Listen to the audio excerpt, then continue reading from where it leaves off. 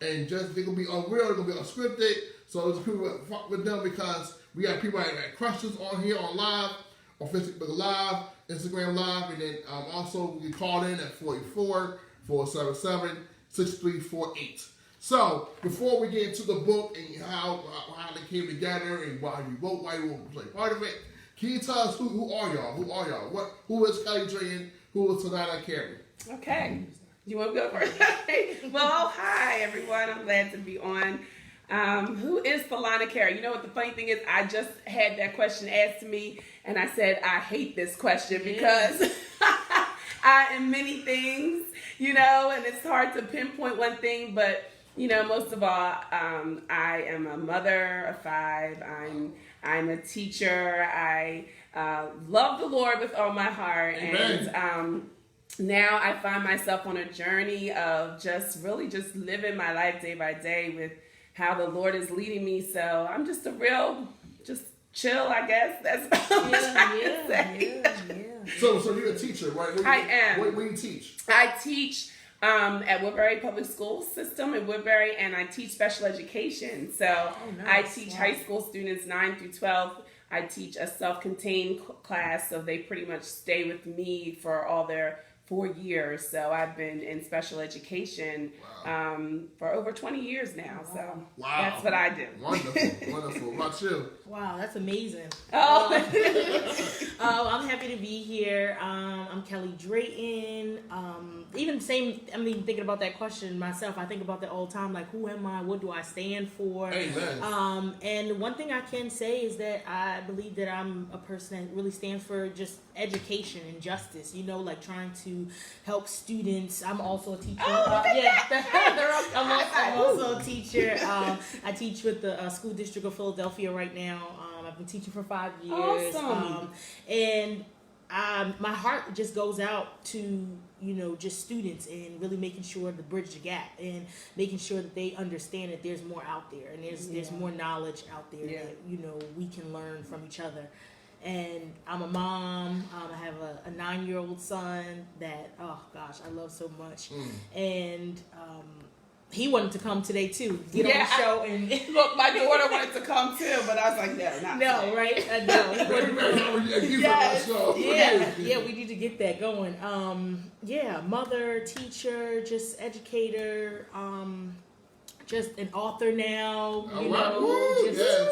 A lover of Christ. I find myself like just trying to do what God is calling me to do, and just trusting Him more each and every day. Your purpose. You always have a purpose. So, the few minutes I'm going to let you on. I am Navon Howard. I am the CEO and founder of Path to Greatness, where we do mentorship, workshop for our youth in Philadelphia. Awesome. We're trying to expand on the issues that schools do not address until it's too late. We address mental health in the classroom before. Yes. So we do self-love. We talk about relationships. We talk about how to treat your friends based on mission, not based on mission, not based on looks. A lot of times we have looks, but at the same time, what's their mission? Why are you friends with them? Why are you trying to be with them? A lot of times we don't ask the question of why.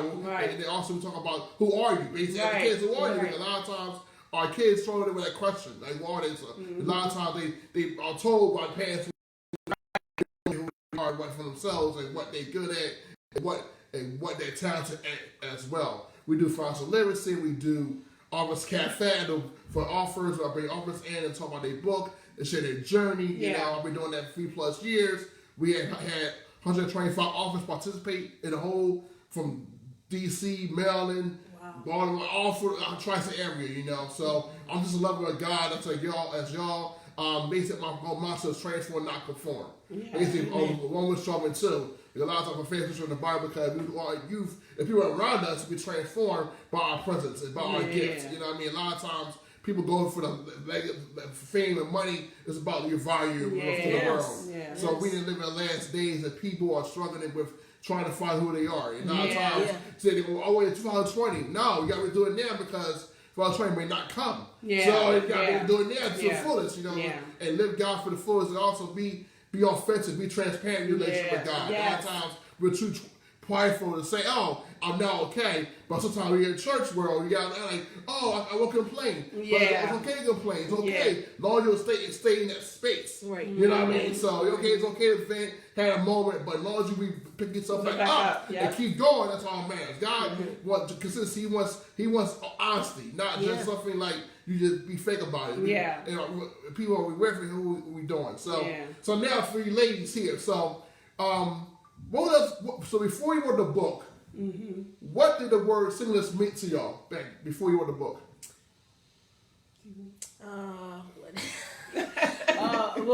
Before diving into the book and really having it my journey with Christ, I feel like singleness for me automatically I just thought of like loneliness, you know, to be honest. I thought of just my life wasn't where I wanted it to be. You know, I looked at a relationship as that thing that was going to define me and make me to be the better person and make me who I was going to, you know, be one day, you know.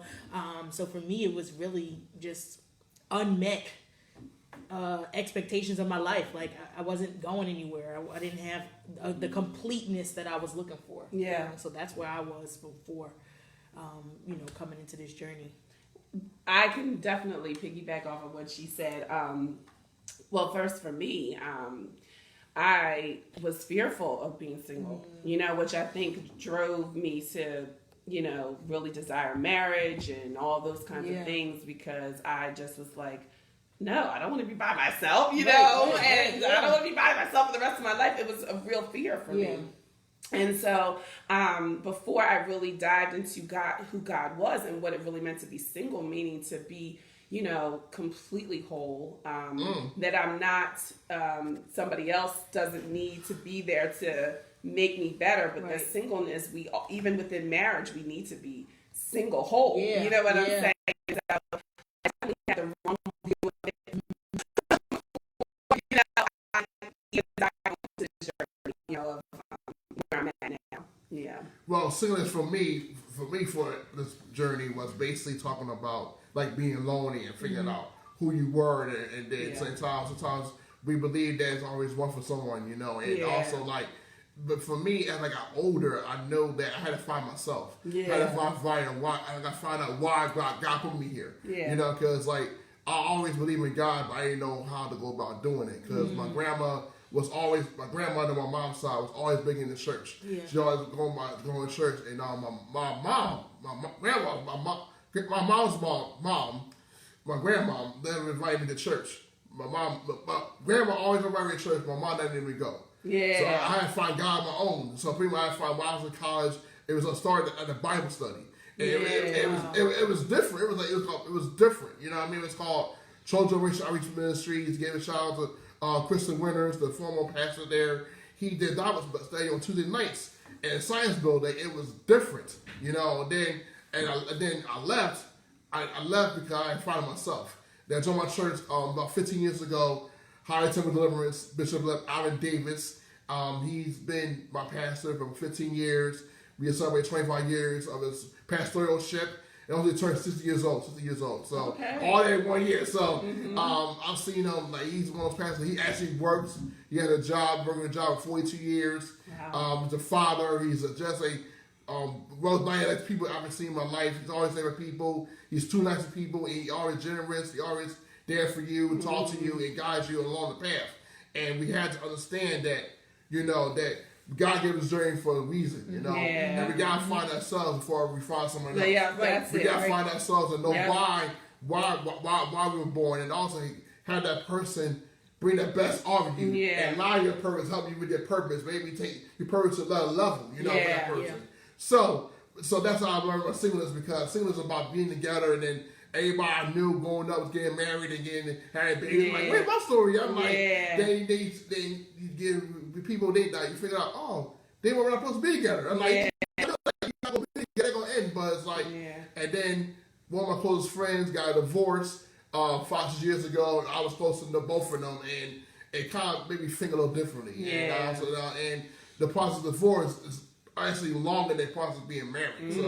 So I'm type of I'm for marriage. I don't like let's I believe in the divorce as an adultery or the abuse. Yeah. But it's like something that you can talk about, resolve it. Yeah. But now I'm talking about singleness. And so, what made you decide to say, look, I'll put myself out here and put my truth out here about my journey? What made you decide to do that now? Mm-hmm.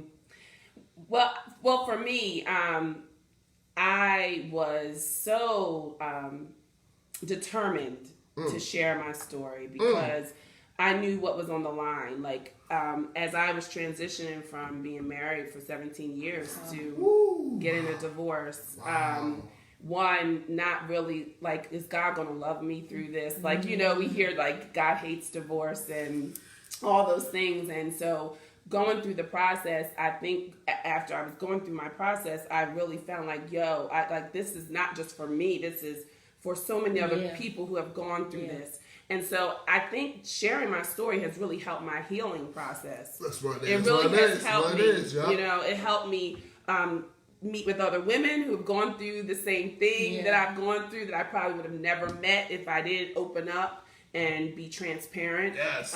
Because at the end of the day, we all are going through something. Amen. But just knowing that my story has helped me heal, has helped other people heal, has helped me to find God in a new way that I've never thought that I would have ever encountered him. So, you know, that's why I opened up.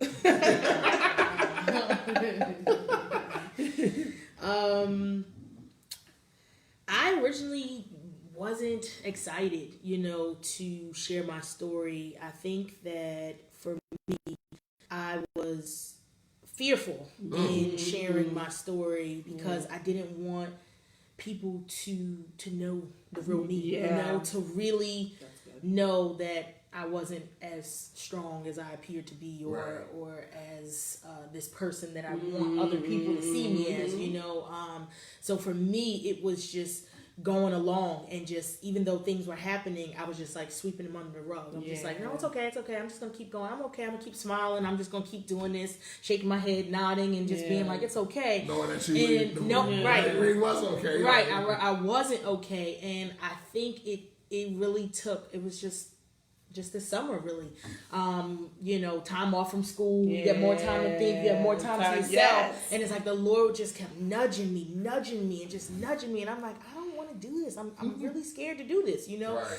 And it didn't take until that, because I never really even processed the different things that I went through. Because I kept going so much. I never had that chance to really stop and say, wow, there was a lot of things that I've been through, and there's a lot of things that I need to learn from it, and really like look at what was my mindset in, like what was I even thinking when I was going through that, because I didn't like that, and I needed I look at things, I'm like, that was me. Like, who was I? You know, like I don't think I had enough time to even just stop to think. So I feel like now I'm in a better place to really share that. And then now you feel that peace and like letting go, that big lift on your shoulders, that burden, you know, that you had to show the story. So for me, like my singleness journey, my dating journey, what we call it, and it's been crazy in terms of the people I dated, the people, and I suffered. And the first girlfriend I had was 21 years old. And she cheated on me, also like that. So I found out she cheated on me my senior year of college. So me graduating from college and figuring out your girlfriend cheating on you the whole time was like really a lot open for me. Then I dated someone a couple years later, usually for my money, pretty much. Used to me, took advantage of me, pretty much.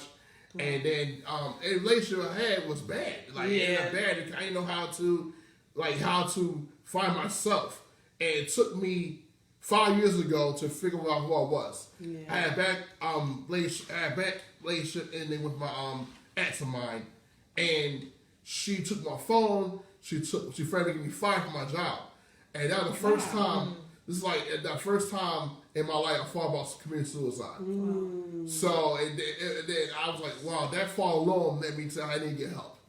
So and then I then had my coworker at the time lived next door. I was at Gerard College. I sat down and talked to him, told him what happened, and that literally saved my life. That conversation, that 5-minute conversation with him save my life because I thought about saving my life because I felt like I was in a bad place. Yeah. I was hurting people. My life probably started taking off, and I wasn't in a good place. So I went to counseling for 5 months and turned around my whole life. And I thought about people saying about going to counseling that you're crazy, you're psycho. And but it turned out to be at least because I kind of talked to someone that didn't know me. And then I got a relationship. I thought I was healed, but she not supporting me what I was doing. She didn't support me enough what I was doing. I was always going around doing workshops, doing events because I felt like I wanted to put myself out there, but I didn't know how to take care of her. I didn't know how to have a balance. So, and then the past couple of years, it's been hard for me. And just you always try to do stuff in the community. You always try to do events. Keep yourself minded. In the day, you want someone to talk to you, like your purpose. It's not about sex. So it's not about someone that understands you, that listens to you. Someone to check on you, say, hey, how's your day? Right. A lot of times we don't get like, how's your day because that's a mental health and emotional health because a lot of times we're not asking a question, hey, how's your day? What's going on with you? What are you doing? How I can support you going forward. So that was my help for me because a lot of people didn't know that part. I thought about suicide. And I took out a panic rate this and that, but at the same time, I had to find myself. I had to find who I was and find out what God called me to do. Going to therapy actually helped me realign my purpose and also put myself out there because like I had speech problems. I had IEP to fight all my life. IEP.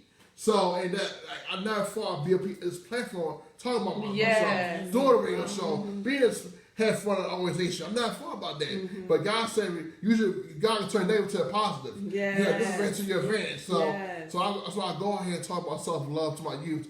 I had self-love, but I didn't know how to put it out there. And love your faults, love your imperfections. You know what I mean? Love those things that you made. Admit that you was wrong. You know what I mean? A lot of times we don't take accountability for what we've done. And a lot of times we'll look in the mirror and say, okay, I messed up. God told me how to fix this. And also be humble and apologize and ask for the forgiveness and let it go, move forward because it's hard. It's really hard out here. And people are being people, you know, and we try to go level with God because in the day, it's about pleasing God, not people. I don't try to be a people pleaser because I'm trying to please people for my work, but at the same time, I was trying to fit in and not stand out because in the day, God wants to stand out and not fit in. So y'all started to write the book and be part of the book. And what was the process of you writing the stuff you was writing about? What was the process like? Was you feeling emotions? Were you feeling like tears coming down your face that you let go of this thing? And what was your mindset going through the process of writing it and then sharing it to Giselle? I think she's on here too. How you doing, Giselle? Hey, Giselle. I don't know if she's watching right now, but I hope she's watching.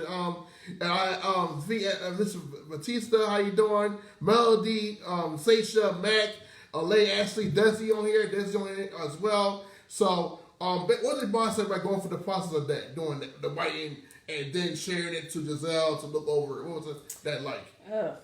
For me, it was like, where do I start? Like, where do I start with this whole thing? You know, it was a lot, and I didn't want to like put every detail in, you know.